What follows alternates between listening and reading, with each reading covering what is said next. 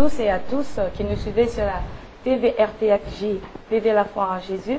Aujourd'hui, nous avons une émission spéciale, émission que vous avez souvent l'habitude de suivre à 19h, qui est le temps prophétique. Je profite en même temps pour remercier tous nos frères et sœurs qui nous suivent et qui nous sont fidèles. Merci beaucoup. Aujourd'hui, je ne suis pas toute seule, je suis accompagnée de mon collègue, le journaliste Papa Leta, qui est responsable de la TV La Foi en Jésus. Et aujourd'hui, nous avons comme invité le prophète exaucé. Bonjour. Prophète. Bonjour, sœur Rita. Comment vous allez? Ça va par la grâce de Dieu. Amen. Papa Leta, ça va? Ça va, maman, par la grâce de Dieu, on est là. Amen. Aujourd'hui, nous avons pour thème la femme vertueuse. Pourquoi la femme vertueuse? Quel est le rôle de la femme vertueuse à l'église, dans la société, dans la famille? Alors, il y a le prophète qui est avec nous, qui va essayer de développer et de nous parler le rôle de la femme vertueuse. Prophète, pourriez-vous vous présenter pour ceux qui ne vous connaissent pas? Il y a ceux qui vous connaissent, qui ont l'habitude de vous suivre chaque vendredi. Il y a aussi ceux qui ne vous connaissent pas et qui vous suivent la première fois aujourd'hui. Voilà, pour ceux-là qui ne me connaissent pas, parce qu'il y a toujours des gens qui ne nous connaissent pas, c'est tout à fait normal. Je suis le prophète exaucé Guigui Longo. Je suis le pasteur responsable des églises Mission évangélique Armée des Sanctifiés. Moi, je suis basé au Luxembourg et il y en a aussi à Paris. Que Dieu vous bénisse. Amen. Là, nous allons parler du rôle de la femme vertueuse. Gloire à Dieu. Pourriez-vous nous dire quel est le rôle? C'est quoi une femme vertueuse? Bon, déjà, une femme est celle qui a été créée à l'image et à la ressemblance de Dieu. Et lorsque nous revenons dans la pensée de la création, pourquoi je parle de ça? Je parle de ça déjà parce que pour relever certaines pensées négatives concernant la femme. Voilà. Déjà, la femme a reçu la même chose que l'homme, bien qu'elle ait été créée après l'homme, mais le même jour. L'homme et la femme ont été créés le même jour. La Bible déclare, lorsque Dieu avait créé la femme au travers de la côte de l'homme, l'homme a dit, voici cette fois-ci, l'os de mes os, chair de ma chair, on l'appellera femme, en fait. Parce que avant, l'homme et la femme étaient appelés du nom de l'homme, du nom d'Adam. Et après, l'homme a appelé la femme, femme. La femme, c'est celle qui est sortie de l'homme et qui est créée à l'image et à la ressemblance de Dieu. C'est-à-dire qui a des potentiels, des capacités que l'homme a. Créée à l'image et à la ressemblance de Dieu, c'est-à-dire la femme est tripartie. Ou je dirais la femme aussi à trois dimensions comme l'homme. Et la l'âme, l'esprit et le corps. Et lorsque nous parlons de la femme vertueuse, nous voulons parler de la femme, parce que parlant juste de ces mots, la vertueuse, nous voyons la vertu. La vertu, c'est la morale, la bonne morale. Lorsque nous parlons de la femme vertueuse, nous voulons parler de la femme qui a une conscience régénérée pour bien bâtir sa maison. Si on parle dans le cadre social. Et si on parle dans le cadre ecclésiastique, je dirais que la femme vertueuse est une femme qui est utile, qui a des pensées nobles pour l'avancement du royaume, parce qu'elle a reçu le Saint-Esprit comme l'homme. Amen. Amen. Amen. Et par rapport à la famille? Voilà, par rapport à la famille, c'est ce que j'étais en train de dire tout à l'heure. La Bible déclare, une femme sage bâtit la maison. Est-ce que je vais prendre un exemple dans la Bible? Bien sûr. Voilà, nous avons remarqué dans la Bible, Dieu appelle Moïse. Dans Exode au chapitre 4, à partir du 26e verset, on est en train de raconter une histoire où Dieu appelle Moïse pour une mission, parce que Dieu n'appelle pas quelqu'un sans pour autant qu'il lui confie des responsabilités. Dieu appelle Moïse, sa mission était d'aller libérer les enfants d'Israël qui étaient en esclavage.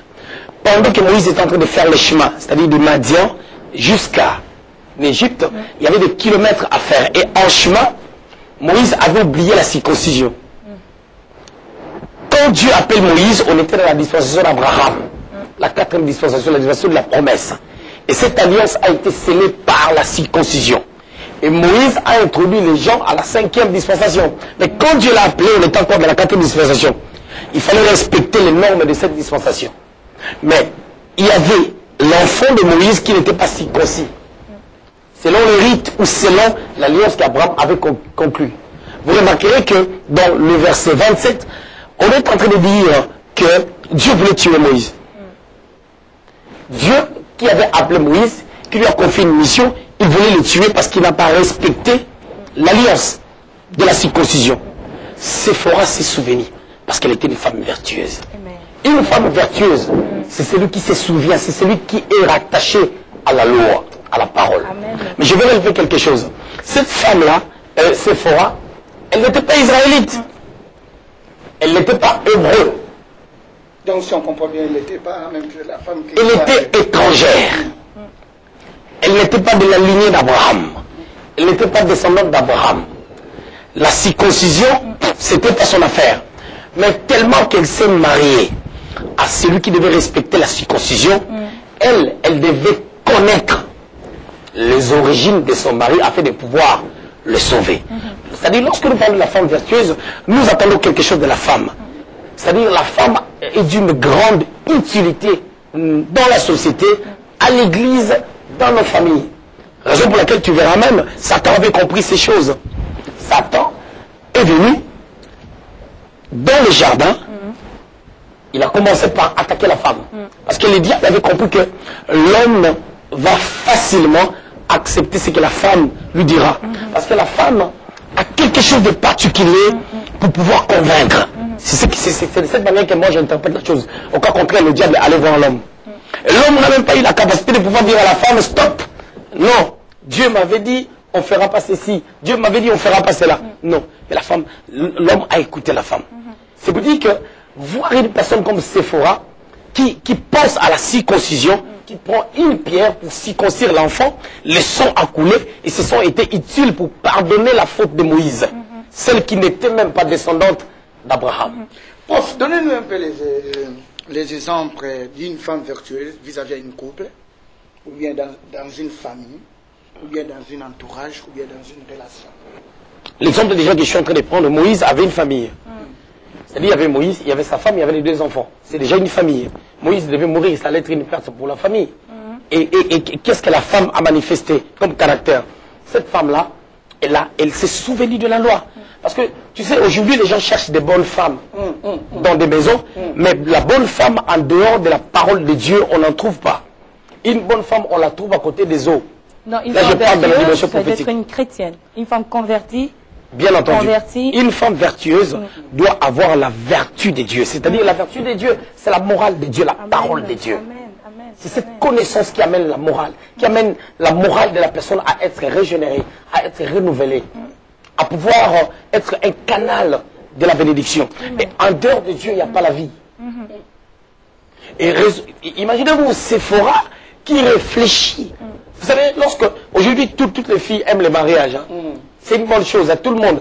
Et les églises sont remplies de femmes parce que les gens cherchent le mariage, parce que les femmes cherchent le mariage. Mais est-ce que ces filles-là qui cherchent le mariage seront à la hauteur d'être Séphora pour être à la hauteur de pouvoir sauver Moïse?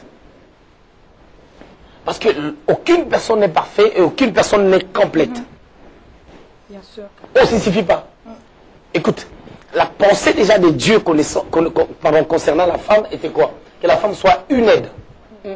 Lorsque tu n'es pas une aide pour ton mari, pour ta famille, tu n'as pas encore l'identité de la femme vertueuse.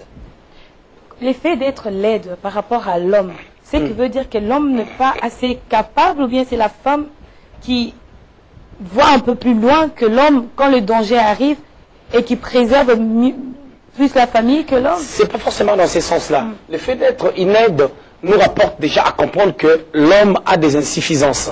L'homme ne suffit pas à lui-même. C'est pour laquelle Dieu lui met une aide à côté. Même lorsqu'on construisait les tabernacles du temps de Moïse, il y avait Bethléem qui était choisi par Dieu. Mais Bethléem, il avait une aide. C'était Oliab. C'est-à-dire Dieu, l'homme ne suffit pas à lui-même. Lorsque même nous rentrons dans la parole de Dieu, tu vas remarquer que David, Dieu l'avait choisi. Dans 1 Samuel au chapitre 13, Dieu est en train de dire à Saül, par la bouche du prophète Samuel, que tu es rejeté. Mais à cette époque, Dieu lui a dit, tu es rejeté, je me suis choisi déjà un homme selon mon cœur. Et historiquement, la lecture de la Bible approfondie nous enseigne qu'à cette époque, David étant un bébé, n'était qu'un enfant. Il pouvait avoir entre 5 et 8 ans. Mais Dieu pensait à lui. Regarde dans 1 Samuel au chapitre 16 maintenant, 3 chapitres se sont passés pour qu'on parle de David. On est parti le moindre, il était dans la brousse. Il avait grandit un peu. C'est pour dire que pour que David devienne roi, il avait besoin qu'il soit roi. On a toujours besoin de quelqu'un. L'homme, bien entendu, est le chef de la famille, mais la femme, c'est une aide pour l'homme. Pour aider l'homme afin que les deux puissent amener la famille à la maturité, amener la famille à la bénédiction. C'est pour cela que Salomon, comprenant ces choses, il dit une femme sage construit sa maison, bâtit sa maison. Amen. J'ai une question qui je viens de prendre ça tout de suite quand tu parlais. J'ai une question. Quand est-ce qu'une femme peut commencer à aider son mari? De quel cas? Dans de quel cas? Parce qu'aujourd'hui, même la femme te porte même aide comme ça, même vis-à-vis de gens, ou bien tu as fait quelque chose qui n'est pas bien, elle te fait même sur. Non, non, mais dis pas ça. Non, non, fais pas ça. Ils sont en train de faire. Mais quand est-ce? Non, mais déjà pour apporter une aide, il faut savoir comment l'apporter. Il faut avoir quelque chose à apporter. On donne que ce qu'on a. Je reviens à dire que pour que la femme puisse aider, elle-même, elle doit avoir un bagage. Elle doit être préparée pour être à la hauteur de pouvoir aider. Mais qu'est-ce qui se passe actuellement? Les familles, nos familles n'arrivent plus à préparer les femmes pour qu'elles aillent au mariage. Et qu'est-ce que nous devons faire, nous, l'Église? Nous devons récupérer, reprendre le travail que la famille n'a pas fait. Amen. Ça permet, raison pour laquelle nous devons organiser des réunions de femmes afin de pouvoir instruire les femmes. Pourquoi la femme? C'est parce que nous croyons à la capacité que Dieu a mis en la femme. Le diable l'avait compris. Parce que le diable était parti attaquer la femme. La femme a quelque chose de particulier qui paraît inexplicable. Nous le voyons dans les jardins d'Adam. Nous le voyons dans les jardins d'Adam. Tu sais, je vais illustrer une pensée qui va peut-être vous amener à rigoler. Lorsque tu es maître chantier, les personnes qui travaillent beaucoup, ce sont des aides. Oh, amène-moi ça. Apporte-moi ça. Tu sais, dans un chantier où on est en train de construire, l'ingénieur, il est là. Tu sais, l'ingénieur a finissant le travail. Il n'aura pas mal au dos. Mais ce sont ceux-là qui paraissent comme des aides, qui travaillent beaucoup. Donc, ce qui veut dire, c'est la femme qui travaille beaucoup. Ce qui veut dire que une femme sage, tu sais, Dieu, en créant les hommes, il a mis des potentiels en eux. L'homme et la femme ont reçu la même chose de la part de Dieu, mais ces choses-là diffèrent à un point donné. Mais tu dis quoi, les hommes là qui ont l'habitude de baisser les femmes? Parce que Les hommes, oui, il y a des hommes qui ne veulent pas aussi le soutien de leur femme. les hommes qui rabaissent leurs femmes. Tu sais, il y a des gens qui ont les problèmes des coutumes. Voilà. Il y a des gens qui ont des problèmes, qui sont encore dans des lieux, ils sont chrétiens, mais ils sont encore dans des lieux, dans des habitudes. Ils vivent encore à la manière dont leurs parents, leurs pères vivaient. Moi, je connais d'autres tribus, en Afrique, précisément au Congo, lorsque papa et maman sortent, papa est devant, la maman est derrière, quoi. Le papa est toujours en costume, mais la maman ne peut même pas mettre des talons parce que le papa va lui dire, tu vas où? Tu fais quoi? Pourquoi? Tu comprends? C'est déjà un problème de coutume. Les liens, c'est une réalité. Nous ne pouvons pas nous en passer de ces choses. Je vais vous prendre un exemple dans la Bible, pour parler des liens. Toujours dans notre pensée sur la femme vertueuse. Tu vas comprendre que Moïse est un homme de Dieu, que Dieu avait choisi. Dieu l'avait oint, Dieu l'avait mis à part. Mais il s'est passé quelque chose dans la vie de Moïse. Avant que Dieu commence à opérer avec lui, nous voyons les liens de son grand-père, Lévi. Lévi, par la colère, avec son frère, ils ont détruit toute une nation, les Gabaonites. Mais Moïse, nous voyons sa colère se manifester, il a tué l'Égyptien. Il a tué l'Égyptien, pardon. Moïse, en tuant l'Égyptien, c'est juste le lien, la colère. C'est un problème qu'il ne regardait pas. Il pouvait ne pas tuer. Là, Dieu l'a regardé, Dieu a dit, celui-là, il a un travail. Il faut que je l'amène chez Jétro, comme ça, je travaillerai avec lui. Mais remarquons une chose, dans le désert, Moïse a fait la même chose. Il s'est énervé, il a cassé les tables. Les tables où était marquée la loi. Dieu lui a dit, tel encore les tables revient. Dieu ne lui avait pas reproché quelque chose. Des fois, Dieu ne te reproche rien, mais ne crois pas qu'il n'a pas vu. Oh, ouvre-moi ça. Après, je ne vais pas perdre de vue par rapport à ma pensée déjà. Après, Moïse a refait la même chose. Dieu lui a dit, lorsqu'il manquait d'eau, Dieu lui a dit, oh non, moi, tu parleras au rocher pour que l'eau sorte. C'est ce que Moïse a fait. Moïse, il a frappé 2 fois sur le rocher. La colère, il avait un lien de la colère. Il arrive des fois, il y a des hommes qui sont dans des liens de famille. Dans leur famille, ils ne considèrent pas les femmes. Et ils sont chrétiens, mais ils sont toujours dans ce genre de liens, dans ce genre de coutumes. Or, Lorsque Dieu a créé l'homme et la femme, Dieu a dit à l'homme et la femme de dominer sur ce qui était dans le jardin. C'était à l'homme et la femme. Les gens ont tergiversé les sens de la parole de Dieu pour dire que l'homme doit dominer sur la femme. C'est faux. Dans l'amour, il n'y a pas la domination. Quand tu aimes, tu ne peux pas dominer. Mais il s'appuie sur le verset qui dit « Femme, soyez soumise ». Non, mais la soumission, déjà, dans la soumission, il y a déjà une tendance d'amour. Mais lorsque la Bible est en train de dire, hein, l'homme est le chef de la femme, ça c'est l'apôtre Paul, hein, dans Ephésiens au chapitre 5. L'homme est le chef de la femme comme Christ l'est pour l'Église. Ok? Chef, comment? Amen. Christ est notre chef, il n'est même pas dictateur. La Bible déclare, je mets devant vous la vie et la mort, et je vous conseille de choisir la vie. Amen. Même Dieu, il ne nous dicte pas les choses, il met sa parole, il te conseille de faire un choix. Tu as un choix à faire. Lorsqu'on parle du choix, c'est-à-dire que tu peux aller à gauche ou à droite, tu fais ce que tu veux. Mais tu auras ton sort après sur base de la parole de Dieu. Ce qui veut dire que Christ, lorsqu'on regarde l'attitude de Jésus-Christ par rapport à nous, il ne manifeste que l'amour. Combien de fois on s'égare, il manifeste cet amour. C'est cet amour que les hommes doivent avoir à l'égard de leurs femmes pour amener leurs femmes à la soumission. Alléluia. Tu ne peux pas se soumettre à quelqu'un qui ne t'aime pas. Sinon, ce ne sera pas la soumission, ce sera la peur. Mais prof, aujourd'hui, on voit le contraire, que les femmes qui aiment maintenant leur mari, mais les maris n'aiment pas les femmes. Pourquoi ça? Ça, je ne peux pas répondre. Parce que c'est ce qu'eux pensent. Tu sais, il y a d'autres... Tu sais, là, tu me poses la question par rapport à quelque chose qui se passe dans la tête de quelqu'un que moi, je ne suis pas. Mais pour donner une réponse, je dirais que... Il faut savoir déjà, les mariages, là, ont commencé comment? Particulièrement ici, en Europe, il y a des mariages qui commencent sur base des intérêts. La femme, des fois, elle est européenne, elle est restée seule, elle est chrétienne, elle est seule pendant 3 ans, 4 ans, 5 ans. Les maris ne viennent pas, au lieu de comprendre ce que Dieu veut l'enseigner, elle a tellement envie, tu verras, certainement ces sentiments-là sont rattachés à tout ce qui est sexualité, machin et tout. Après, qu'est-ce qui va se passer? La femme va commencer, je vais utiliser même un langage un peu terre à terre, va commencer à biper. La femme va commencer à faire signe à un homme. Et l'homme va venir, l'homme va avoir des papiers au travers de la femme. La femme va chercher à commencer à dominer sur l'homme parce que je lui ai donné des papiers. Et l'homme aussi de son côté, tellement que c'était pas un vrai amour, l'homme était parti auprès de cette femme pour un intérêt quelconque, le couple est instable. De l'autre côté, il arrive des fois, on épouse une mauvaise personne, c'est-à-dire pas une personne que Dieu a approuvée. On est chrétien, moi je parle dans le cadre des chrétiens ou des chrétiens. Amen. Tu épouses une mauvaise personne. Du fait que tu as épousé une mauvaise personne, vous n'irez pas loin. Comment savoir c'est la bonne? Bonne question. Pour savoir que c'est la bonne, déjà, Dieu ne donne pas les femmes aux gens. Dieu ne donne pas les hommes aux gens. Ça, déjà, nous devons le comprendre. Depuis qu'il avait donné la femme à Adam et qu'Adam l'avait accusé, Dieu ne donne plus. Dans l'histoire de l'humanité, Dieu ne donne plus les femmes aux gens. Mais dans les églises, on entend souvent, non, tu dois prier, il faut jeûner. Oui, Dieu va te révéler. c'est là où je Amen. suis en train d'expliquer. Amen. Je voulais dire ceci. Après Adam et Ève, tous les gens qui étaient là choisissaient leur femme. Je prends l'image d'Abraham, notre père.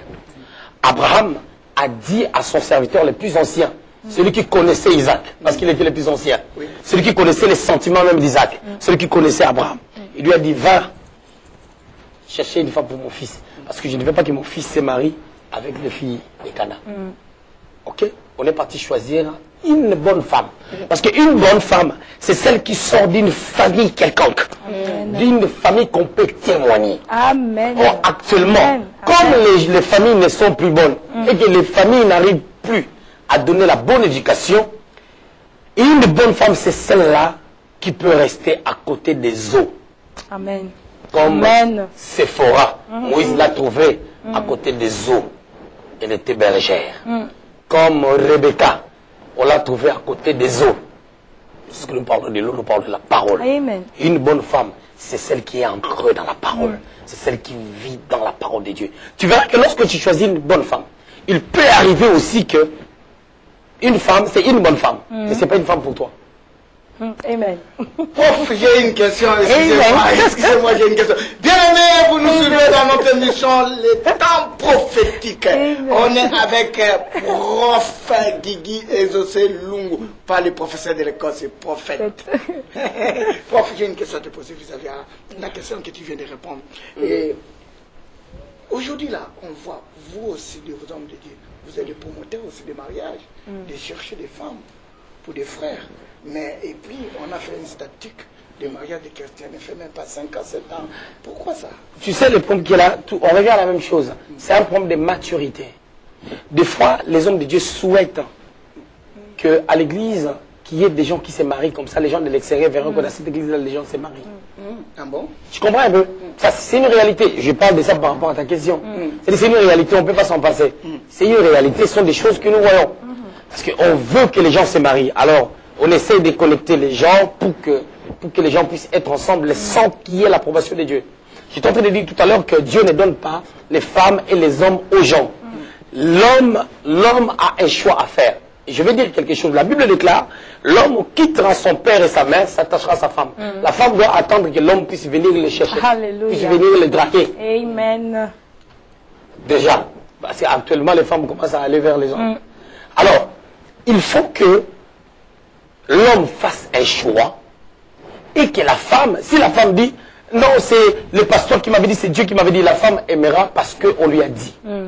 Dans le mariage, dans tout ce qui est relation de mariage, il y a d'abord l'amour. Tu ne peux pas te marier avec une personne que tu n'aimes pas. Il faut que tu ressentes quelque chose parce que le mariage, c'est un domaine à la fois spirituel parce que c'est une institution divine. Amen. Et à la fois sentimentale. C'est-à-dire il y a une expression de l'âme. Il faut que tu aimes la personne.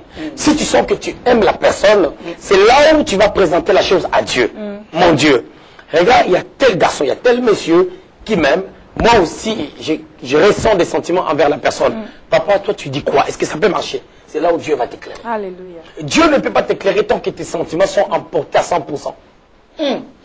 Comment ça?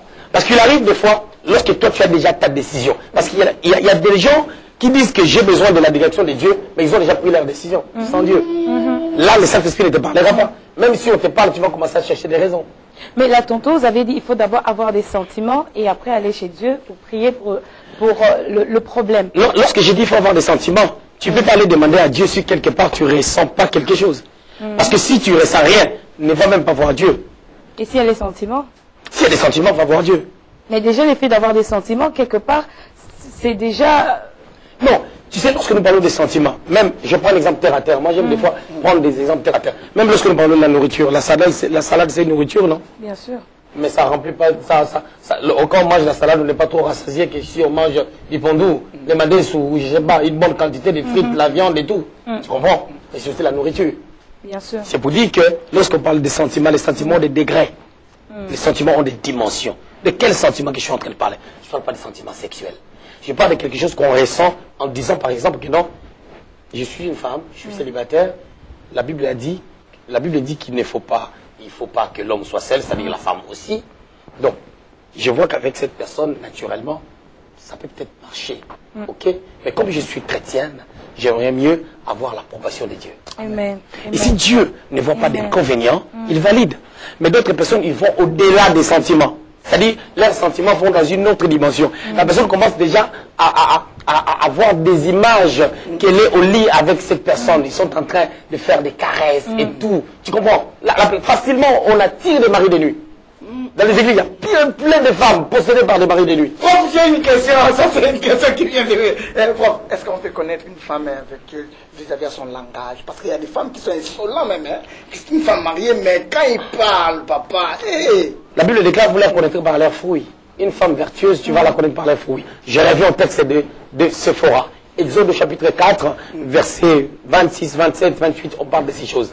Est-ce que Séphora, quand elle avait remarqué que son mari avait oublié la circoncision, est-ce qu'elle a commencé à crier que toi, vraiment, Moïse, ça va pas dans la tête, ça va pas ou quoi, comme les Françaises? Ça va pas ou quoi? Moi, j'aime pas votre comportement. Elle n'a pas dit ça. Que toi, tu es descendant d'Abraham, tu ne te souviens même pas de la circoncision. Et puis tu me dis que non, Dieu t'a appelé, Dieu t'a appelé. Arrête-moi ça. Elle n'a pas dit ça. Elle a pris la pierre. Amen. Elle a coupé la prépuce. Le sang a coulé. Et c'est ça, la Bible déclare sang, effusion de sang. Il y a pour des pardons de péché. Le péché de Moïse a été pardonné et la mission devait continuer. Tu comprends? Lorsqu'on regarde déjà cette ossature des choses, on voit que Séphora, c'est une bonne femme. Oh, les Hébreux devaient se marier entre eux. Les descendants d'Abraham devaient se marier entre eux. Les descendants de Sem devaient se marier entre eux. Les enfants d'Israël devaient se marier entre eux. Mais pourquoi Dieu pouvait permettre que Séphora, qui est madianite, puisse se marier avec Moïse. Pourquoi? Tu dois comprendre déjà que Séphora était la fille de Jéthro, qui était sacrificateur à Madian. C'est-à-dire Jéthro avait une certaine connaissance de Dieu. Amen. Et sa fille était en creux dans cette connaissance-là. Tu comprends? Nous devons savoir, je ne dis pas que les gens doivent se marier avec les filles des pasteurs. Ce n'est pas ça que je suis en train de dire. Quelqu'un peut être fille de pasteur, le salut est personnel. Amen. Quand le jugement viendra, on va pas aller au ciel parce qu'on était fils de pasteur ou femme de pasteur, je ne sais pas, ou pasteur. Non, nos œuvres passeront par le feu. Amen. Une bonne femme, on la trouve à côté de la parole. Et tu vas les ressentir par son langage. Vous les reconnaîtrez par l'air fruit, par sa sagesse de pouvoir bâtir. Je ne dis pas que cette personne-là ne peut pas manifester un mécontentement. C'est pas ça. Bien sûr, c'est humain. Tu sais, il y a des personnes, il y a des personnes qui ont une certaine manière de parler. Une certaine manière de parler, une certaine autorité, qui ne veut pas dire que ce sont des personnes mauvaises ou des mauvaises femmes. Non, il faut que l'homme puisse connaître sa femme. Lorsque la Bible dit, vous connaîtrez la vérité vous affranchira, dans le grec, les mots utilisés pour parler de la connaissance de Dieu, et c'est le même mot qui est utilisé pour parler de la connaissance intime que l'homme doit avoir pour sa femme. Si tu connais ta femme, tu sauras combien elle est utile pour toi. Amen. Amen, amen, amen. Maintenant, là, nous aimerons parler de le rôle de la femme à l'église. Le rôle de la femme à l'église. Parce qu'il y a, je ne pourrais pas dire les on-dit, il y a certains qui disent que la femme, elle doit prêcher. Il y a d'autres qui disent que la femme ne doit pas prêcher. Il y a ceux qui disent non, la femme, c'est qu'elle doit juste venir à l'église, écouter la parole et ne rien faire. Il y a de ceux qui disent que non, nous tous avons reçu le Saint-Esprit, que la femme doit exercer le ministère. Qu'en pensez-vous? Que pourriez-vous nous dire par rapport à ça? Le rôle de la femme à l'église. Moi, je peux ajouter quelque chose, papa. La femme, elle est en train de modérer dans une église. Elle est en train de chanter. Si, c'est ce qu'elle a dit. Mais pourquoi encore des problèmes où la femme ne peut pas faire ça, ne peut pas faire ça? Elle est en train aussi d'amener les enfants jusqu'à l'église. Et puis elle est en train aussi de donner l'offrande. Et la dîme. La dîme aussi. Voilà. Moi, je dis ceci. Déjà, il y a beaucoup de débats qui se font concernant l'apport de la femme au sein de l'église. Nous devons comprendre que chaque chose que nous essayons de développer par la grâce de Dieu, les gens sont libres de croire ou pas. La Bible dit, je veux devant vous la vie et la mort, je vous conseille de choisir la vie. Jean dit, dans le livre d'Apocalypse, que celui qui veut s'essuyer encore davantage. Mais ce que je dirais, beaucoup de gens qui n'ont pas cru au ministère de la femme, il y a de cela 40 ans, 30 ans en arrière, aujourd'hui, ils ont du mal à pouvoir changer d'avis, dire que nous étions en erreur. Parce que, tu sais, des fois nous devons être simples pour dire que la compréhension de la révélation est progressive. L'émission que je suis en train de faire avec vous, si je reviens encore un an après, je dois parler mieux que ça. Si je ne parle pas mieux que ça, je ne progresse pas. La révélation est parfaite en Jésus-Christ, mais la compréhension que nous devons avoir sur cette révélation est progressive. Ça grandit au fur et à mesure que nous progressons avec le Seigneur. Parce que dans l'homme, il y a un mystère de la renaissance, du renouveau. L'homme se régénère parce qu'il rentre en communion avec l'Esprit de Dieu. Amen. Voilà, je voulais dire une chose. Les gens se basent sur un texte qui est mentionné dans 1 Timothée au chapitre 2. Lorsqu'on va lire le verset 10, à partir du verset 10, vous remarquez, la Bible déclare, non, je commence par le verset 9. Je veux aussi que les femmes, vêtues d'une manière décente, avec pudeur et modestie, ne séparent ni des tresses, ni d'or, ni des perles, ni des habits somptueux. Déjà, il y a un problème. Il y a déjà un problème. Pourquoi? Les gens qui disent que la femme ne peut pas prêcher, les femmes ne peuvent pas prêcher, ils doivent dire aussi que les femmes ne peuvent pas mettre des perles. Non? Mais il y a de même d'autres églises. À l'église, tu ne peux pas venir avec ta perle, tu dois mettre le foulard, tu ne dois pas tresser les cheveux, pendant que dehors, ils font ça. Est-ce que nous avons besoin de craindre Dieu seulement à l'église ou dehors aussi? Dehors. Point d'interrogation. J'avance d'abord. Verset 11. Non, verset 10. Mais qu'elle sépare de bonnes œuvres comme il convient à des femmes qui font profession de servir Dieu. Ok? Là déjà, l'apôtre Paul est en train de reconnaître que la femme doit servir Dieu. Amen. Verset 11. Que la femme écoute l'instruction en silence avec une entière soumission. Verset 12. Je ne permets pas à la femme d'enseigner, ni de prendre de l'autorité sur l'homme, mais elle doit demeurer dans le silence. J'explique. Lorsque nous retournons dans le verset premier de ce texte, 1 Timothée au chapitre 2, la Bible déclare, j'exhorte donc, avant toute chose.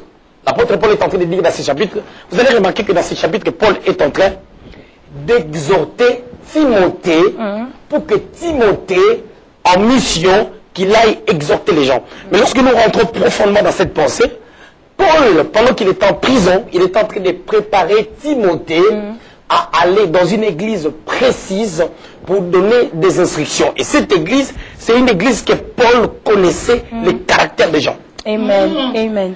Alors, Amen. écoute très bien la profondeur de la pensée de Paul. Paul est en train de donner des conseils, tu vas remarquer, par rapport à l'attitude des chrétiens au sein d'une église. Il dit dans le verset 12, il dit, je ne permets pas à la femme d'enseigner ni de prendre l'autorité sur l'homme. Tu vois que cette pensée se rapporte à l'attitude que les femmes avaient à cette époque, particulièrement surtout à l'église de Corinthe. Parce qu'à l'église de Corinthe, Timothée a été envoyé là-bas. Les femmes avaient tendance à pouvoir parler pendant les cultes à leur mari. Or, ils devaient garder silence et que si elles avaient des choses à dire ou des questions à poser à leur mari, qu'ils fassent ça à la maison. Or, Paul, dans le verset qu'on a lu avant, on a lu que Paul est en train de reconnaître dans le verset 10 que ces femmes-là devaient servir Dieu. Et ces femmes-là devaient servir Dieu dans quel domaine? Si nous voulons avoir une interprétation de la parole de Dieu avec un seul verset ou un seul chapitre, on va se tromper. Alléluia. La bonne herméneutique s'est faite en s'appuyant sur d'autres versets qui complètent certaines réalités. C'est comme quand on parle même de divorce. Quand on est en train de parler de divorce dans Matthieu chapitre 5. Que si un homme répudie la femme, on n'a pas parlé d'une femme qui répudie son mari. On n'a pas parlé de ça. Non. Or, c'est des réalités qui existent. Mais comment est-ce que nous pouvons tirer des leçons par rapport à cette réalité si la femme répudie l'homme? C'est partant de ce qu'on a dit si l'homme répudie la femme. Je reviens à ce que je disais. Alors, ce que je disais, c'est quoi? L'apôtre Paul est en train de donner des instructions concernant l'attitude. Tout le monde faut comprendre déjà quel est le rôle de l'apôtre.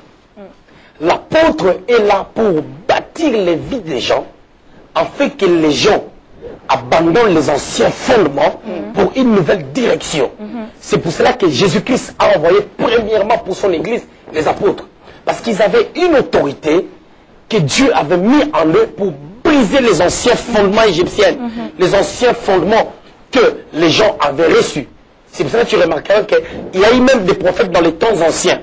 Comme les temps de l'église n'étaient pas encore là, Dieu les a utilisés dans une dimension apostolique malgré qu'ils étaient des prophètes, comme Élie, pour briser les fondements de Jézabel, que Jézabel avait posé en Israël, afin d'amener les gens à pouvoir adorer les vrais dieux.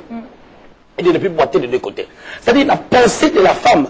Paul, déjà dans le verset 10, il est en train de reconnaître que la femme doit servir Dieu. Et si nous prenons d'autres versets maintenant pour compléter cette pensée, je vais prendre Joël 2,28. La Bible déclare, dans les derniers jours, Joël prophétise. Pourquoi Joël devait prophétiser, disant que dans les derniers jours, dit Dieu, je répandrai de mon esprit sur toute chair. C'est que l'esprit n'était pas répandu sur toute chair. Ouvre-moi ça. Parce que dans les temps anciens, Dieu n'utilisait que trois types de personnes. Le roi, les sacrificateurs et les prophètes. Et c'était des hommes. Et même quand on faisait les dénombrements, on comptait par les femmes. Et Jésus-Christ étant venu au temps de la loi, à la fin de la loi, pour nous introduire à la grâce. Même quand il faisait la multiplication des pains, pour ne pas choquer ces gens, ces pharisiens, il a adhéré cette réalité. On n'a pas compté les femmes dans la multiplication des pains. Donc tu vas comprendre que lorsqu'on prend Joël 2,28, on dit dans les derniers jours. Les derniers jours ont commencé quand? Les derniers jours ont commencé depuis les jours de la Pentecôte. Et aujourd'hui, depuis que les derniers jours ont commencé, bientôt ça fera 2000 ans. À 2033, ça va faire 2000 ans exactement. C'est-à-dire, Joël dit, je répandrai de mon esprit sur toute chair. Et le jour de la Pentecôte, il y avait hommes et femmes dans la chambre haute. Il y avait à peu près 120 personnes. Alléluia. Le Saint-Esprit était descendu. Pierre, dans Actes chapitre 2, il prit la parole à partir du 15e verset. Il dit, c'est ici que s'accomplit la prophétie de Joël. Pourquoi Pierre devait affirmer ces choses? C'est parce que les gens étaient dans la confusion de ne pas croire à la femme, de ne pas croire à ce que l'Esprit devait faire. Les gens savaient que il n'y avait que des sacrificateurs qui devaient être loin. Il n'y avait que les prophètes qui devaient être loin. Il n'y avait que des rois qui devaient être loin. Or, le temps était arrivé pour que toute chair soit loin. C'est ça, aujourd'hui, nous remarquons qu'il y a des enfants qui apportent la parole de Dieu. Est-ce que tu empêcheras à un enfant d'aller prêcher au marché si cet enfant-là est loin? J'ai encore une question, excusez-moi, Marie. Il ne faut pas que ça m'effraie. Mais il y a des gens qui utilisent maintenant à l'église, tu vois une église, on dit que ça c'est la sœur qui prophétise. L'homme de Dieu même pas lui demander des choses, ou bien papa, maman. Qui exerce le don de la prophétie. Mais pourquoi vous n'acceptez pas? Pourquoi les autres n'acceptent pas? Quand je te suis là, c'est comme toi qui acceptes. Moi, je crois au ministère de la femme. Tu crois au ministère de la femme. Et les autres, pourquoi? Et même, mais celui-là aussi encore toujours, qui part chercher des sœurs, des frères, et des sœurs, des mamans, demander des prophéties, oh, priez pour nous, oh, Dieu m'a monté, Dieu t'a monté. C'est ce que j'étais en train de... Vous savez, nous devons servir Dieu dans l'ordre. Amen. Amen. 1 Corinthiens chapitre 14, l'apôtre Paul, lorsqu'il explique les choses concernant les dons spirituels, les dons de parler à langue, prier en langue, tout consort, il est en train de dire que Dieu c'est un Dieu d'ordre. Le problème c'est quoi? Les problèmes, nous devons revenir dans l'ordre, mais dans la connaissance. C'est ce que Paul est en train de faire. Amen. C'est base de certaines réalités qui s'est passées à l'église. Paul étant apôtre, étant celui qui est appelé à bâtir les églises, à bâtir les vies des gens par l'enseignement, afin que les gens abandonnent les mauvais fondements, il amène Timothée à une certaine dimension partant de son autorité pour mettre de l'ordre à l'église. C'est-à-dire, il y a des moments où je peux me lever à l'église où je dirige pour dire que non, pendant 6 mois, on ne fera plus de fêtes parce que je remarque que lorsqu'on a des conventions, après des conventions, lorsque les gens mangent ensemble, je vois qu'il y a des disputes. Les apôtres l'ont fait lorsque il y avait un problème avec la distribution des nourritures, de la nourriture et tout. Acte chapitre 6. Les apôtres se sont levés, Pierre en l'occurrence, pour dire que non, nous allons choisir les diacres. Amen. Est-ce que Jésus avait dit, écoutez, allez, choisissez-moi les diacres? Jésus avait parlé des diacres? Non. Mais pourquoi les apôtres devaient le faire pendant que Christ ne l'avait pas fait? C'est sur base d'un besoin. Or, comme le Saint-Esprit était descendu sur toute chair, et que parmi toute chair, nous parlons de l'homme et la femme aussi avait reçu la même chose. Que l'homme, les jours de la Pentecôte, on doit ouvrir la porte à la femme d'exercer le ministère. Alléluia. Je vais prendre un exemple. Une femme comme Joyce Meyer, tout le travail qu'elle fait dans le monde entier, cet impact-là, tu vas dire quoi? Elle est possédée par des démons? Non. Tu sais, il y a des choses qu'on appelle des faux débats. Il y a d'autres personnes, comme je disais tout à l'heure, ils sont attachés à des coutumes, à des comportements. Nous pouvons retrouver la coutume dans une église. La coutume, c'est quoi? La coutume, c'est une habitude. Ce sont des habitudes qui ne changent pas. Religieux. C'est la religiosité. Donc, quelque part, ces gens doivent passer à la délivrance. Il y a la délivrance, c'est pas seulement quand la personne s'agite. Non, il y a la délivrance de la il mentalité. fait. D'autres personnes doivent avoir la délivrance de la mentalité. Je vous donne un exemple bête. Moïse était un homme loin. Regarde la colère qu'il a manifestée dans le désert. Il avait besoin d'une renaissance par rapport à sa mentalité colérique, partant des liens de sa famille. Tu sais, lorsque la prudence fait défaut, la Bible déclare, le peuple se perd. Amen. Nous devons accepter de pouvoir corriger certaines choses, certaines erreurs qu'on a pu commettre. Nous devons accepter de les corriger. C'est ça même la vie de Dieu. Alléluia. Lorsqu'on ne veut pas accepter, on a le caractère des pharisiens. C'est ce que les pharisiens, ils disaient, nous connaissons Abraham. Jésus leur dira, avant qu'Abraham fût, moi j'ai existé. Ils n'ont pas compris, ils ont dit, mais comment est-ce que tu n'as même pas 50 ans qui dis ces choses? Ils n'ont pas compris que c'est l'Esprit de Christ qui a créé toutes choses. Amen. Colossiens chapitre 1er. Amen. C'est l'Esprit de Christ qui a créé toutes choses. Parce qu'il a été au commencement, parce qu'il est Dieu. Déjà ces gens-là, qui étaient hébreux, qui savaient même que lorsqu'on parlait de Dieu, on parlait d'Élohim, et que Elohim parlait de Père, Fils, Saint-Esprit, ils étaient incrédules déjà pour comprendre cette lettre. Moi, je commence à comprendre peut-être les autres gens, ils ont peur que la femme prenne trop l'autorité en mettant debout devant les gens, devant les hommes. Et qu'elle ne va pas connaître l'humilité dans Revenons dans l'ordre. Si chaque personne a ses limites l'ordre sera établi Amen. au sein de l'Église. Amen. Les problèmes, c'est les problèmes de l'ordre, c'est les problèmes d'enseignement, c'est les problèmes des structures. Toute personne, homme ou femme, qui ne se conforme pas à la vision de l'Église, à la vision que Dieu a donnée aux leaders, cette personne doit être mise à l'écart. Ça ne dépend pas de la race, ça ne dépend pas de la couleur, ça ne dépend pas du sexe. Ça dépend de la parole de Dieu et de la manière à obéir à cette parole. Amen. Merci, prophète. Là, j'ai bien compris que la femme doit exercer le ministère. Bien sûr. Mais le problème est que chaque pasteur, je ne sais pas, chaque pasteur, chaque homme de Dieu marié, la majorité du temps, la femme aussi est appelée à exercer le ministère. Est-ce que chaque femme mariée à un homme de Dieu a-t-elle l'appel? Alléluia. Amen. La Bible déclare, les deux deviendront une seule chair. Et Adam regarda Ève, lorsqu'Ève a été créée. Il dit, voici l'os de mes os, chair de ma chair. Ça veut dire quoi? Celle que vous voyez là, c'est mes os. Ma chair. Quand vous la voyez, c'est l'os de mes os. En d'autres termes, c'est une partie de moi, chair de ma chair. C'est pour dire que c'est ma chair. Tu sais, tu as les os et tu as la chair. Ok? Et si on te sépare avec ta chair et tes os, tu n'existes plus. Alors quand Adam disait l'os de mes os, chair de ma chair, Adam voulait dire elle est moi. C'est pour dire que lorsqu'on a pris la côte de la femme, tu sais, dans l'os, il y a l'ADN. En réalité, Ève avait l'ADN d'Adam, parce que c'était l'os d'Adam. Avant même que les enfants qu'ils allaient faire puissent avoir leur ADN, c'est Ève qui avait l'ADN d'Adam. Or, si quelqu'un a ton ADN, c'est que cette personne-là, c'est une partie de toi.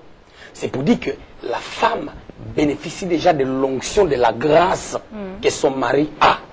Parce que les deux deviendront une seule chair. Ça, c'est déjà une réalité. Lorsque nous rentrons dans la profondeur de la connaissance, déjà par cette compréhension, nous comprenons ce que la femme pourra recevoir. Mais cela dépend aussi du temps où la femme pourra développer cette chose. Mais comment est-ce que l'homme et la femme deviennent un? C'est par la relation intime. Mais quand est-ce que tu peux connaître que ta femme, maintenant, c'est le moment qu'elle exerce une mission? Qu'elle a l'appel. Il y a des autres gens qui introduisent seulement la femme comme ça, introduisent la famille, puis il y a plein de dégâts, plus que même quand l'homme était lui-même seul. Mais ça peut aussi arriver que l'homme soit appelé et que la femme ne soit pas appelée dans le ministère. C'est ce que je suis en train de dire. Hein. C'est ce que je suis en train de dire. Déjà, avant qu'on parle de l'appel, les deux sont une seule chair. Déjà. Partant déjà de cette réalité que je viens d'expliquer, si l'homme exerce le ministère et qu'ils sont restés ensemble pendant très longtemps, la femme continue à ne rien faire, quelque part, la femme devient un blocage pour le ministère. Parce que tu sais pourquoi l'apôtre Paul est resté célibataire pendant le temps du ministère? C'est parce qu'il sentait que la femme pourra constituer d'une barrière.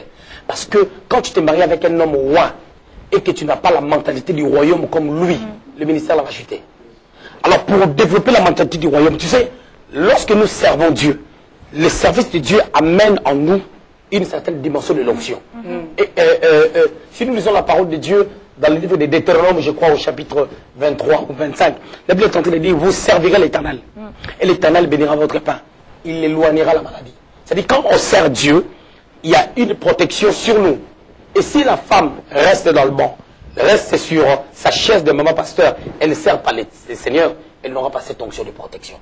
Parce que lorsque nous parlons de l'onction, l'onction est à la capacité d'accomplir. On peut parler de l'onction de la prédication, l'onction de l'enseignement, l'onction prophétique, l'onction sacerdotale, l'onction ministérielle, l'onction corporative, l'onction de la grâce. Et je dirais l'onction aussi de la protection. Amen. Parce qu'il y a une onction qui peut chasser les démons, il y a aussi une onction qui doit nous protéger contre ces attaques. Amen. Parce que quand les démons quittent le corps, ils viennent nous attaquer. C'est-à-dire, mais notre problème c'est quoi? J'ai aimé la question de frère l'État. Quand est-ce que cette femme-là peut commencer à servir Dieu? C'est ça le problème. Si on l'introduit dans ces choses d'une manière prématurée, elle va faire des dégâts. C'est ça, c'est le problème des temps. Il y a deux choses. La première des choses, il faut choisir une bonne femme pour toi. La deuxième des choses, il faut savoir quand est-ce que tu peux l'amener à pouvoir travailler. C'est comme mon épouse. Mon épouse est venue, elle m'a trouvé ici en Europe, exerçant le ministère. Ma femme n'a pas commencé à servir aussitôt. Elle devait comprendre ma vision. Elle peut me connaître étant personne, mais elle doit me connaître étant maintenant ministre, étant père, étant serviteur de Dieu. Entrer dans cette vision comme tout le monde, cela va lui permettre maintenant de pouvoir manifester ce qu'elle reçoit de moi parce qu'elle est une avec moi. Elle est une avec moi, elle est un avec moi. Amen. Il faut un temps. Prophète, tu me provoques, mais on n'a pas du temps. Et je laisse la parole à mon mari. Là, nous sommes vraiment bénis par rapport à tout ce que vous êtes en train de nous dire. Quel est le conseil que vous pourrez apporter aux femmes? Parce que je sais qu'avec tout ce que vous avez dit, il y a sûrement de femmes qui se sont retrouvées à ce que vous venez de dire. Mais quel est le conseil que vous pourrez donner aux femmes qui nous suivent aujourd'hui et qui se disent qu'elles ont des lacunes, qu'elles ont des problèmes et pour exercer, allez, pour être vraiment une femme vertueuse? Qu'est-ce qu'elle peut... elle peut faire pour être une femme vertueuse? Même les femmes qui ont aidé leur mari dans le ministère, et puis quand le mari est monté, comme vous dites, comme la Bible dit, son serviteur va aller, va monter, va prospérer. Après, le serviteur, quand il a envoyé, il regarde, oh non, toi tu n'es plus. Je cherche maintenant la femme de ministère. Il lui laisse. Ça, c'est seulement, c'est pas seulement ce que les pasteurs peuvent faire. J'ai dit ça, c'est question de mentalité. Savoir là où on va, quelle est notre alliance avec le Seigneur.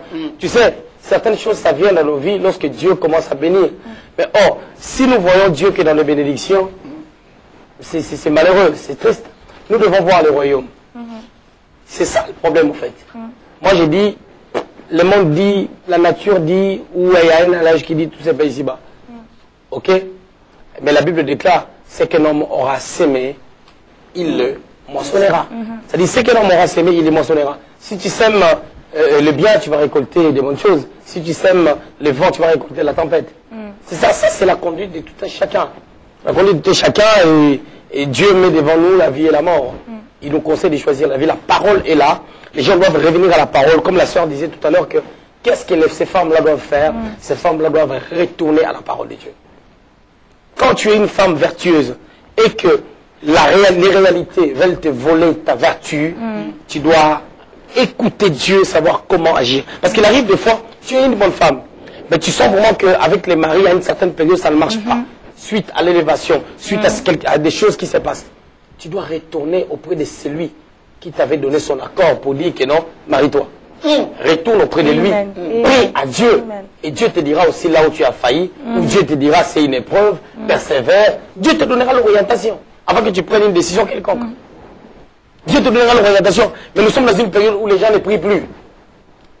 Quand on nous donne la bénédiction, c'est fini, on arrête de prier. Mais quand les problèmes vont arriver, on commence à pleurer encore au Seigneur. Mais Dieu va dire tu m'avais abandonné. Parce que lorsque tu es une femme vertueuse, si tu reçois la bénédiction, tu ne vas pas abandonner Dieu parce que tu as reçu ta bénédiction. Non. Tu vas continuer à faire que les diables n'aient pas le dessus sur ton couple et sur ton foyer. Ne jetons pas seulement la balle aux hommes, aux oreilles des hommes, mais les femmes aussi. Moi, je ne crois pas que Dieu, il donne pour répondre. Oui, il donne et puis il permet que les diables puissent se détruire. Non. Les épreuves peuvent venir. Mais si nous avons vraiment Dieu, ça va rester qu'au niveau des épreuves qui nous amènent à pouvoir monter de niveau. Merci, prof, que Dieu te bénisse. Tu es en train d'essayer de répondre, mais tu réponds bien. Tu réponds bien. Maman, arrête. Amen. Chers téléspectateurs, le thème de ce soir a été choisi pour édifier plusieurs de nos sœurs qui sont chez elles à la maison, qui se posent des questions, qui se disent d'où me viendra les secours, qui pourra me parler, qui peut me répondre. Aujourd'hui, c'est la voix de Dieu qui est venue vers vous pour vous dire que pour être une femme vertueuse, vous devez passer le temps dans la prière à lire la parole de Dieu, car cela va vous aider à pouvoir être une bonne femme chez vous à la maison, à pouvoir prendre de bonnes décisions, à pouvoir unir votre famille, à pouvoir aider votre mari à aller plus loin, à percer, à entrer dans la vision de votre famille. Je sais que l'Éternel est bon et Dieu va vous bénir en méditant la parole et en priant. Prophète, quel serait votre mot de la fin pour nos mamans, nos soeurs, nos cocos, nos tantines qui nous suivent ce soir? Le mot de la fin, ça sera à deux volets. Premièrement, je voulais donner un exemple. J'ai vu un jeune couple, en fait, des gens qui sont fiancés, qui cherchent à pouvoir se marier dans des jours à venir ou à un temps donné. Tu sais, s'il y a deux jeunes gens qui veulent faire la route ensemble, au lieu de commencer à construire leur vie sur la connaissance de leur caractère, et ils se parlent, toi tu aimes quoi? Toi d'habitude, toi tu as eu beaucoup de filles, hein? Tu as eu beaucoup de filles dans ta vie, tu aimes quoi? Quand tu fais l'amour, tu le fais comment? Ils sont en train de construire, d'attirer des démons. Or, ils peuvent chercher à se connaître. J'ai trouvé cette réponse par rapport à des paroles que la sœur disait. Ils doivent chercher à se connaître. Qu'est-ce que tu aimes dans la vie de tous les jours? Comment est ton caractère? Comment tu as grandi? Ta famille est comment? Vous fonctionnez comment? Et sur base de ça, la femme aura une connaissance de l'homme et l'homme aura une connaissance de la femme. Amen. Les deux, quand ils vont se marier, 6 mois après, 1 an après, on ne connaît pas l'homme à 100%. Chacun d'eux aura déjà un minimum des choses qu'il connaît de l'autre. Et ça va leur permettre de commencer à construire maintenant l'avenir sur base de ces choses. Mais les gens, lorsqu'ils passent le temps au téléphone pendant la période de fiançailles, ils n'attirent que des démons. Moi, je t'attends. Les jours qu'on va être ensemble, ces jours-là, je l'attends avec impatience. Ils répètent la même chose 38 000 fois. Les démons ne sont pas loin. Ils viennent. C'est ça notre problème. Et quand les démons, ils sont là, ils rentrent, ils nous attendent maintenant au mariage. Ils disent non, on ne peut pas les attaquer maintenant. Là, ils ne sont pas encore mariés. On les laisse même se marier. On va les détruire après. Parce que si on les détruit avant le mariage, la honte ne sera pas énorme. Il faut qu'on les attende vraiment quand ils vont se marier. C'est là où nous, on va se manifester. Parce que les démons se développent dans les corps comme les microbes. C'est comme ces microbes-là, l'amibe. L'amibe, biologiquement, se développe par bipartition. L'amibe se divise en deux. Les démons aussi, ils ont tendance à se multiplier dans le corps, comme les microbes. Il faut y rester silencieux pendant qu'on ne les dérange pas. Pourriez-vous nous donner quelques conseils? Comme une maladie qui reste longtemps. Non, maman, il faut prier d'abord pour ça. Il faut prier pour ça. Parce que je vois que ma soeur et mon frère, il n'est même pas à l'aise quand il a entendu ça, prof. Nous allons prier pour ça. Papa Leta, nous allons prier pour ça. J'aimerais juste savoir, quels sont les genres de questions que les fiancés peuvent se poser entre eux pour connaître l'autre? Tu sais. Est-ce que le fiancé aussi, ça peut durer combien de temps? Le fiançailles, je ne peux pas donner un temps. Mais par la sagesse, je dirais que quand le fiançailles dure très longtemps, c'est facile que le diable rentre là-dedans. C'est comme moi. Quand tu n'es pas en mesure de te marier dans les 12 mois qui suivent et que tu viens pour me parler d'histoire de mariage, tout ça, je vais te regarder et j'ai dit, frère, arrête-moi ça. Parce que au moment, tu n'es pas prêt à te marier dans les 12 mois qui viennent. Toi, tu vas te marier 5 ans après. Tu vas rester avec cette fille-là et pour faire quoi? Ça, c'est la sagesse, juste. Amen. Parce que nous comprenons que les gens, après, ils auront du mal à comprendre. C'est pas donné. C'est pas donné. Mais moi, je l'ai fait. Nous, on s'est connus, on était dans le monde. On ne priait pas. On s'est connus dans le monde. On a donné notre vie au Seigneur. On a arrêté tout ce qu'on faisait comme bêtises. Je te dis qu'on a marché avec Dieu pendant plusieurs années. À peu près 8 ans pour se marier. Et on s'est marié aujourd'hui, ça fait 8 ans. Ce qui veut dire que je suis prédicateur de la bonne nouvelle depuis plus de 15 ans. Et près de 20 ans. Craignant les seigneurs. C'est possible, mais qui peut le faire? Ce monde est environné par tout ce qui est charnel. L'internet, péché, la télé, péché, des publicités, même la publicité d'un bonbon, des chocolats, une femme nue. Prof, priez pour nous pour clôturer notre émission. On était ensemble avec Prophète qui est censé l'omder l'Issamou. Que Dieu te bénisse dans l'émission, les temps prophétiques. J'aimerais bien que tu restes toujours branché. Chaque vendredi, à partir de 19h, on va bénéficier de quelque chose parce qu'on a des messages de temps pour vous dans la télévision La Foi. Prof, priez pour nous. Seigneur, nous voulons prier afin que la grâce déborde, Père éternel, oh Dieu. Seigneur, nous sommes en train de remarquer que le monde est en train de pouvoir boiter de deux côtés. Mais Seigneur, nous voulons appeler la stabilité spirituelle. Comme au temps d'Élie, Élie invoqua l'Éternel afin de détruire les fondements qui ont été bâtis par Jézabel, par Akab. pour enfin amener le peuple de Dieu à pouvoir suivre Dieu en bonne et due forme, à adorer le Dieu puissant, le Dieu d'Élie, qui est aujourd'hui notre Dieu. Alléluia. On ne peut pas invoquer le Dieu d'Élie, mais invoquer le Dieu de l'État, le Dieu d'Exaucé, le Dieu des rites, le Dieu de la Méas, le Dieu de l'Oriane, le Dieu de Mariam. Parce que c'est notre Dieu. C'est-à-dire nous prions, notre prière, et que l'excellence puisse affecter, Père éternel, au Dieu, les couples. Que l'excellence puisse affecter, Père éternel, au Dieu de gloire, les fiancés, les célibataires, dans le nom puissant des gens. Nous brisons tout esprit, Père éternel, au Dieu de gloire, qui influence les mentalités des gens, afin que les gens s'égarent au devant de la parole de Dieu. C'est que nous voulons faire un retour authentique à la parole, afin que nos vies s'authentifient, Père éternel, au Dieu de gloire, à la vérité sublime, Père éternel, au Dieu de gloire, que tu nous as donné en Jésus-Christ. Parce que tu n'es pas mort sur la croix en vain, mais tu es mort sur la croix afin que les vies soient rachetées. Et nous croyons que ces émissions, Père éternel, au Dieu de gloire, rachèteront plusieurs. Parce que c'est toi qui touches. Non pas parce que nous avons bien parlé, nous ne connaissons rien. Nous sommes que des simples personnes, Père éternel, au Dieu de gloire, qui n'ont reçu que la grâce. On peut dire toutes tes grâces. Mais c'est toi qui touches. Touche les vies et transforme les vies dans le nom puissant de Jésus. C'est même ma prière d'une manière particulière, et que tu puisses bénir, Père éternel, oh Dieu, le porteur de cette vision, le frère l'État, et que tu bénisses aussi la sœur Rite pour cette charge, pour ces fardeaux qu'ils ont, Père éternel, oh Dieu, pour les changements. Plusieurs ne les aimeront pas, mais l'essentiel est que toi tu les aimes. Et toi qui les aimes, tu es majoritaire. Amen. Béni sois-tu, le Dieu des esprits des prophètes, celui qui parle au cœur aux esprits, qui restaure les familles. Parce que tu as dit que je vais restaurer au temps de la fin par le miracle de l'unité. Prince de vie, prince glorieux. Toi qui nous as racheté du bourbier du diable. Nous célébrons ta fidélité parce que tu es le meilleur. Parce que tu es le tout-puissant. Pendant que je suis en train de prier, si tu as des problèmes de mari de nuit, touche l'écran de ta télé, touche l'écran de ton ordinateur, afin que la gloire de Dieu puisse t'affecter. Si tu as une mentalité de coutume, je prie, afin que tu sois libéré, que tu sois délivré, au nom de Jésus. Si le célibat te frappe, je déclare un temps favorable dans ta vie. Que les kairos viennent frapper ta porte. Dans le nom puissant de Jésus. Nous proclamons l'excellence au nom puissant de Jésus-Christ. Merci Seigneur Jésus. Amen, amen, amen, amen. Bien-aimé, sois béni, sois béni. Maman Rite, à la parole. Merci beaucoup, prophète. Nous avons Merci à été vous. bénis. Sincèrement, j'ai été touché, édifié ce soir par votre parole. J'ai vraiment senti la présence de Dieu. Et je sais que ce soir, c'était pas un jour comme tous les jours. C'était un jour particulier où le Seigneur voulait nous Mais c'est la parler. première fois qu'on fasse l'émission à toi. C'était merveilleux. Alléluia. Là où un ou deux sont réunis, Dieu est là. Je crois que tu es connecté. Amen. Amen.